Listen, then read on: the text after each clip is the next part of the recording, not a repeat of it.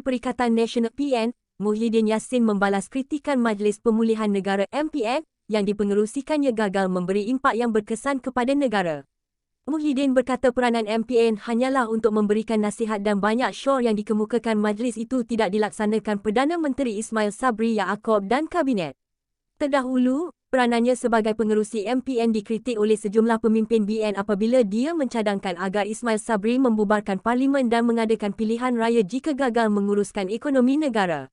Dalam kenyataan hari ini, Muhyiddin berkata antara syur yang diberikan adalah berkaitan perusahaan mikro, kecil dan sederhana (MPKS). Dia berkata pada 18 Mei lalu MPN menghantar memorandum kepada Kabinet yang mencadangkan penerusan moratorium pinjaman kepada MPKS.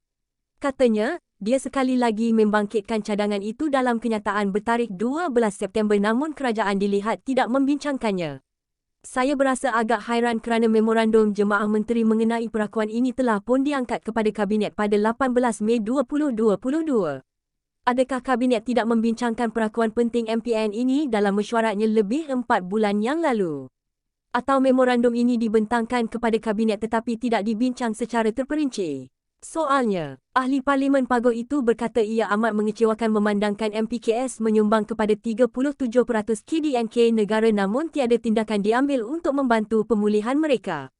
Sementara itu, dia berkata MPN juga telah menggesa kerajaan untuk menangani masalah kekurangan pekerja migran yang dihadapi MPKS sejak Disember lalu namun sehingga kini ia belum diselesaikan.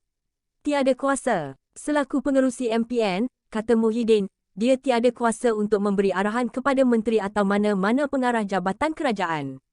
Kuasa itu terletak pada Perdana Menteri dan Kabinet, katanya. Saya tidak berniat untuk menuding jari kepada sesiapa.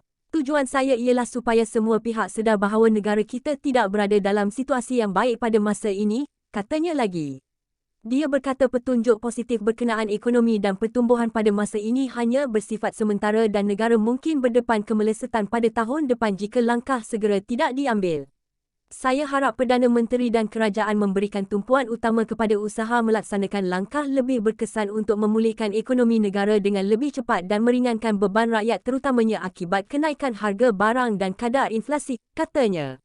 Selain Muhyiddin, MPN turut dianggotai Menteri Kewangan, Menteri Perdagangan Antarabangsa dan Industri, Menteri Pertahanan, Menteri Kejaraya, Menteri Pendidikan, Menteri Kesihatan, Menteri di Jabatan Perdana Menteri Ekonomi Ketua Setiausaha Negara.